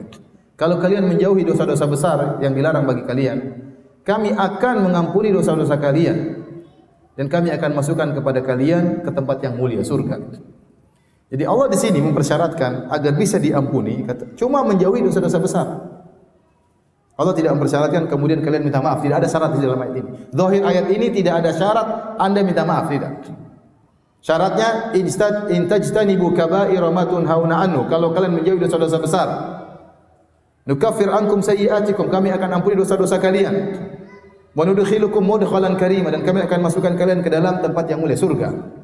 Berarti kalau seorang selama ini dia mungkin terjerumus dalam dosa kecil, tapi dosa besar dia jauhi terus, maka insya Allah Allah bisa mengampuni dia, meskipun dia tidak istighfar. Paham? Makanya ayat ini dianggap sebagai ayat yang paling memberikan juga harapan kepada hamba-hamba Allah. Dosa-dosa besar banyak, makanya ayat ini mengharuskan kita untuk belajar apa saja dosa-dosa besar untuk kita jauhi. Maka perlu kita baca buku kitabnya Al-Imam Az-Zahabi Al-Kabair, 70 dosa besar. Lah jadi 1, 2. Kalau Anda bisa selamat dari 70 itu, insya Allah dosa-dosa kecil enggak dianggap oleh Allah Subhanahu wa taala. Harus belajar ya. Apa saja dosa-dosa besar. Mudah-mudahan nanti Pak Haiban bisa bikin kajian khusus tentang dosa-dosa besar. Ya, bahas. Oh, kena saya 1. Oh, kena 2, kena 3, kena 4, kena 5. Oh, banyak juga ya. Berusaha hindari kalau Anda meninggal tidak melakukan dosa besar, sangat kemungkinan besar Allah mengampuni dosa-dosa Anda meskipun Anda tidak istighfar kepada Allah Subhanahu wa taala. Maka benarlah ayat ini sangat memberikan harapan kepada Allah Subhanahu wa taala.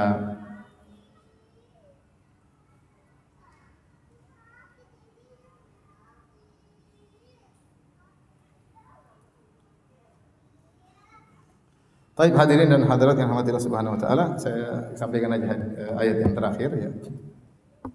Ayat yang terakhir ya, dalam surat Fatir. Kalau enggak salah 32 33, coba dilihat. 32 33 ya.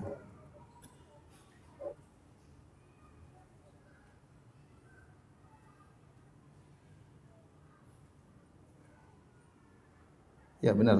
Surat Fatir ayat 32 sampai ayat 33 ya. Saya tuliskan di sini. Tolong dihapus, tolong dihapus. Tolong dihapus. Ayat Fatir, surat Fatir ayat 30 sampai 33.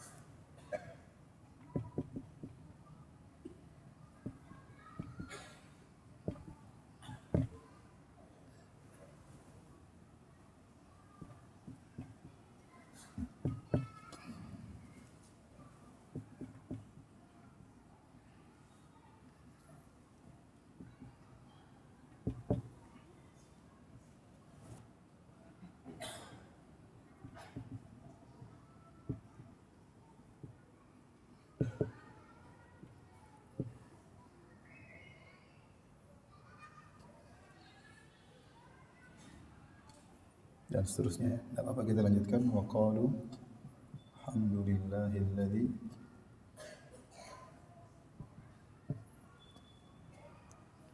adhaba 'anna al-hazan. Rabbana la ghafurun syakur.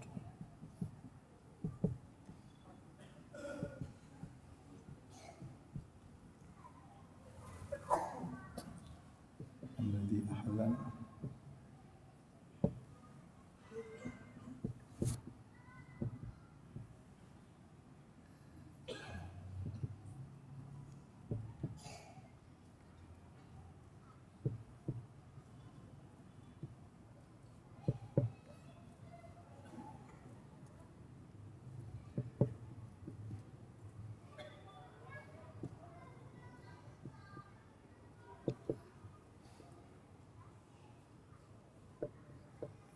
Taib ini surat Fatir ayat 32, 33, 34 dan seterusnya. Perhatikan sini.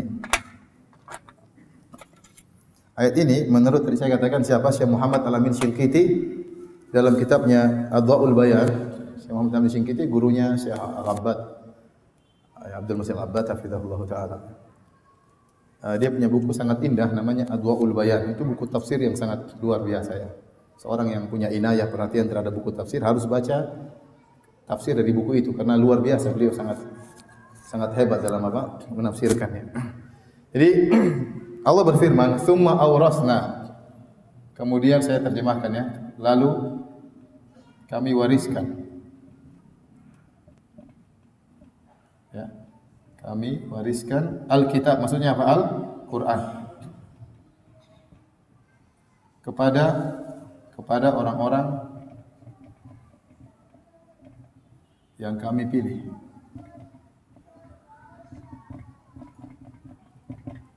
Di antara hamba-hamba kami.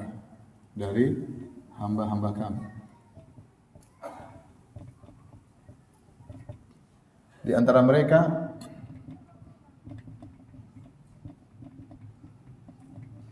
yang pertama zalim terhadap diri sendiri. Yang kedua muqtasid. Yang kedua tengah-tengah.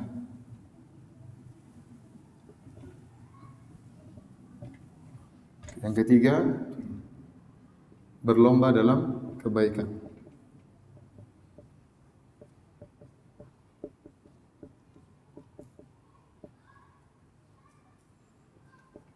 Berlomba bertambah dalam kebaikan dengan izin Allah.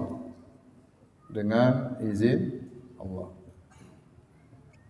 Dzalika huwal fadlul kabir. Ini adalah kemenangan yang karunia yang besar. Karunia yang besar. Jannatu adnin yadkhulunaha. Mereka masuk surga Aden yang kekal. Yuhallawna fiha, dihiasi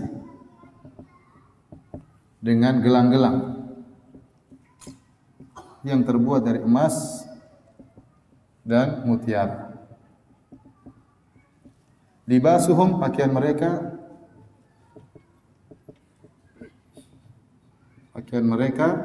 yaitu sutra. Mereka berkata, segala puji bagi Allah yang telah menghilangkan dari kami kesedihan. Sungguhnya Rabb kami, ya, sangat baik. Rabb kami sangat pengampun, Maha Pengampun,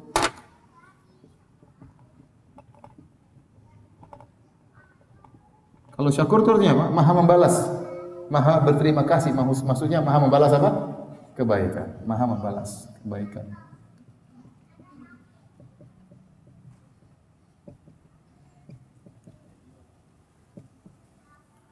Alladzina ahallana darul maqamah, yang menempatkan kami kepada negeri yang abadi, tempat tinggal negeri yang abadi. Itu surga. Min fadlihi, karena karunia-Nya,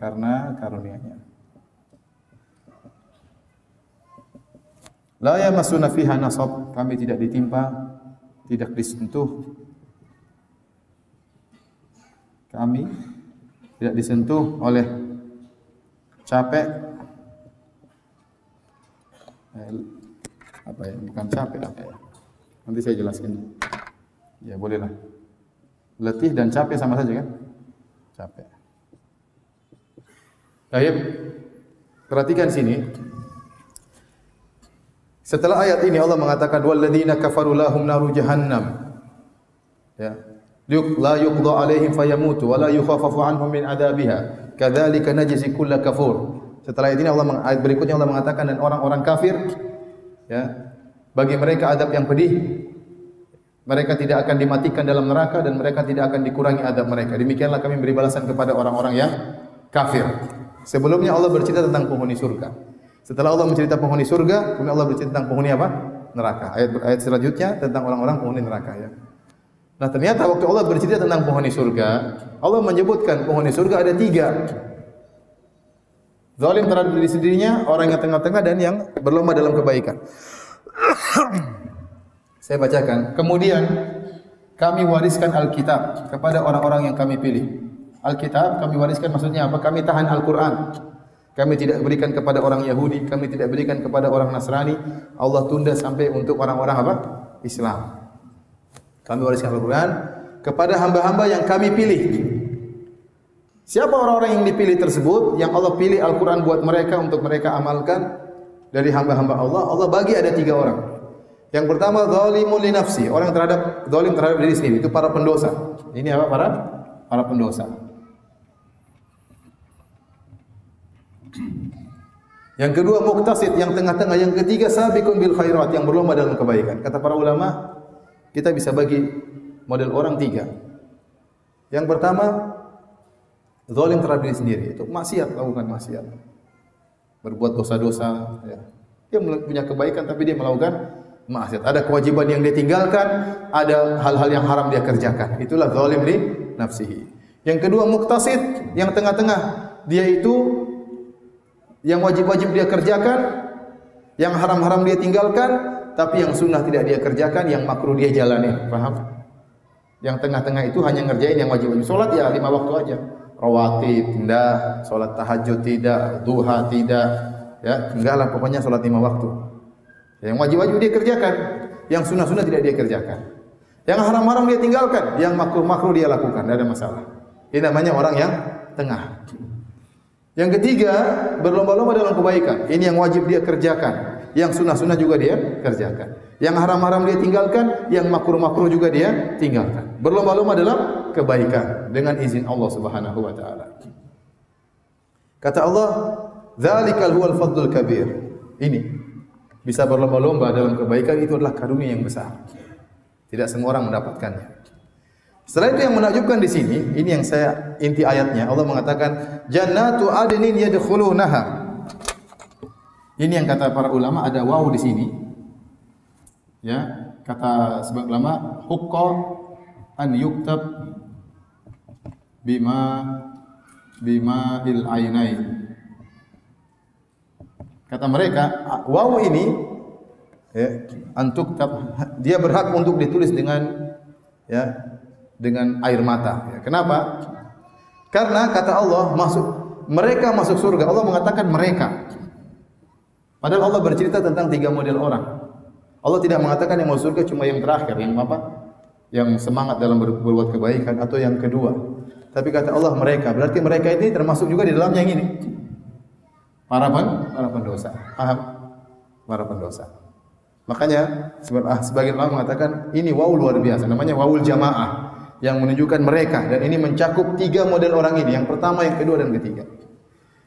Ternyata mereka juga dijanji surga oleh Allah Subhanahu wa taala. Saya tanya sama antum, kira-kira kita termasuk yang mana?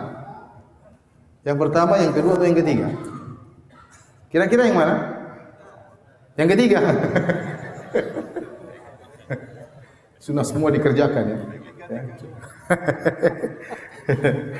Mudah-mudahan, kalau mudah-mudahan yang ketiga yang mudah-mudahan. Saya tidak bicara tentang mudah-mudahan, saya bicara tentang kenyataan. Kenyataan kita yang mana biasanya? Kemungkinan yang ini. Mudah-mudahan kita yang ketiga, kita berharap. Ibu-ibu coba, masuk yang mana? Ibu-ibu coba. Enggak pernah ngangkat suara sama suami, ya. Enggak pernah bentak-bentak suami, disuruh suami selalu nurut, nah itu berarti yang ketiga ya. Tapi kalau ngomel sama suami, kemungkinan yang mana? Yang ini kemungkinan besar. Jadi, kenapa ayat ini sangat memberikan harapan dari banyak sisi? Yang pertama, ya, Allah mendahulukan penyebutan penghuni surga yang Allah pilih pertama ini. Nomor 1 ini Allah tidak mengatakan nomor 1 yang berbuat baik, berlomba dalam kebaikan. Tapi Allah sebutkan yang pertama ini. Kenapa? Bukan dia yang terbaik, dia yang paling buruk. Tapi kata para ulama karena kebanyakan manusia modelnya yang ini. Karena kebanyakan manusia modelnya yang ini, maka dia disebutkan dulu. Waktu Allah menyebutkan jenis ketiga, yang ketiga sabiqun bil khairat, orang yang berlomba dalam kebaikan, Allah buat dia tidak ujub. Supaya dia tidak ujub, kata Allah biiznillah. Kamu itu bisa berlomba dengan kebaikan karena izin siapa? Allah. Jangan kau ujub. Kau bisa demikian karena ini izin Allah, dan memang itu karunia yang besar. Kau bisa berlomba-lomba dalam kebaikan. Jadi ayat ini sangat memberikan harapan. Kemudian setelah itu Allah mengatakan jannatu adnin yadkhulunaha. Mereka masuk dalam surga seluruhnya, baik yang pertama, yang kedua maupun yang ketiga. Maka ayat ini sangat memberi harapan. Zalimul li nafsi, tinggal para ulama khilaf apa maksudnya zalimul li nafsi, berbuat zalim kepada dirinya sendiri. Ada yang mengatakan bukan pelaku dosa besar. Orang berbuat maksiat yang penting dia tidak melakukan dosa besar. Ya. Ada yang mengatakan termasuk pelaku dosa besar. Hindari jangan sampai mendolimi orang lain. Hati-hati. Ini mendolimi diri sendiri. Ente mungkin maksiat, tapi jangan dolimi orang lain. Supaya anda masuk dalam golongan ini. Ya. Maka ayat ini sangat memberikan harapan. Kita lanjutkan. Setelah itu Allah mengatakan, yuhallawna fiha min asawira min dhahab. Mereka masuk dalam surga dihiasi dengan gelang-gelang yang terbuat dari emas. Dihiasi, ini kalau antum belajar bahasa Arab, i'rabnya adalah hal. Hal itu artinya dalam kondisi. Dalam kondisi. Artinya mereka begitu masuk surga langsung dalam kondisi memakai gelang-gelang terbuat dari emas dan dari mutiara. Kata para ulama seperti Syaukani dalam Fathul Qadir, ini dalil bahwasanya orang kalau masuk surga langsung dapat kenikmatan, tidak ada tertunda kenikmatan sama sekali. Begitu masuk surga langsung dia terhiaskan dengan tubuhnya dengan apa? Gelang-gelang dari emas.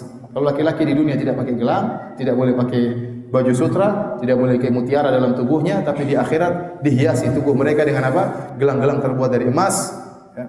Dan juga dari mutiara dan dia juga memakai kain apa? Baju sutra. Di dunia boleh enggak laki-laki pakai sutra? Enggak boleh, hukumnya haram. Boleh enggak laki-laki pakai emas? Enggak boleh. Tapi tatkala Allah mengatakan yuhallawna fiha, mereka begitu masuk surga dalam kondisi sudah demikian, ini menunjukkan kenikmatan mereka begitu masuk surga tanpa tertunda sama sekali, langsung dapat kenikmatan. Ya. Kalau di dunia kita melakukan kenikmatan, kita tunggu kebahagiaan, kita tunggu di surga, tidak begitu masuk langsung bahagia. Ya. Makanya Imam Ahmad pernah ditanya, kapan kita istirahat? Kata Imam Ahmad, tidak ada istirahat. Kalau kaki sudah masuk di surga, baru itu istirahat. Selama kaki belum menginjakkan tanah surga, tidak ada istirahat. Kita selalu berpindah dari satu keletihan ke keletihan yang lain. Di dunia dengan keletihan, lahir dengan kesusahpayahan, ya. Kemudian cari kerja dengan susah payahan, menjalani kehidupan keluarga dengan susah payah, dalam alam kubur dengan susah payah, dibangkitkan dengan susah payah, dihisab dengan susah payah, ditimbang amalan susah payah, lewat sirat dengan susah payah. Begitu kaki masuk surga baru yang ada kebahagiaan. Kata Allah Subhanahu wa taala, "Wa qalu alhamdulillahilladzi adhaba 'annal hazan." Maka mereka mau surga, mereka langsung puji Allah. Kata mereka, segala puji bagi Allah yang telah menghilangkan bagi kami kesedihan. Tidak ada kesedihan sama sekali. Ya. Dulu di dunia sedih ini, sedih anu, sedih macam-macam. Ya. Tidak ada. Di dunia ini banyak sebab kesedihan. Ada orang tidak sakit, tidak apa, lihat orang lebih ganteng dia sedih. Kenapa saya tidak ganteng seperti dia? Kasihan dia sedih. Padahal dia sehat-sehat aja. Sehat, nikmat, sudah makan. Tapi lihat orang lebih ganteng sedih. Lihat orang punya mobil mewah sedih. Lihat orang istrinya lebih cantik sedih. Ya. Banyak sebab-sebab kesedihan. Sana semua kesedihan hilang. Inna Rabbana laghafurun syakur. Sungguh Rabb kami sangat Maha Pengampun. Mereka akui bahwasanya mereka bisa masuk surga itu karena ampunan apa? Allah. Tidak ada yang luput dari dosa. Maka mereka akui waktu mereka masuk ini karena ampunan Allah. Kalau Allah tidak mengampuni saya tidak akan bisa masuk dalam surga. Kalau Allah bermuamalah saya seperti pedagang persis sama, saya tidak akan lolos. Tapi saya diampuni oleh Allah Subhanahu wa taala. Syakur, Allah sangat memberi balasan yang terbaik. Ya. Allah memberi balasan yang terbaik. Kemudian kata mereka, alladzi ahallana darul muqamah, yang telah menempatkan kami di tempat yang sesungguhnya, tempat untuk tinggal. Darul muqamah itu tempat untuk tinggal. Ini isyarat bahwasanya dunia ini bukan tempat untuk tinggal yang sesungguhnya. Kita akan meninggalkan dunia ini. Ya. Kita akan meninggalkan rumah mewah yang kita bangun, ya, meninggalkan aset-aset yang kita kumpulkan, semua kita tinggalkan.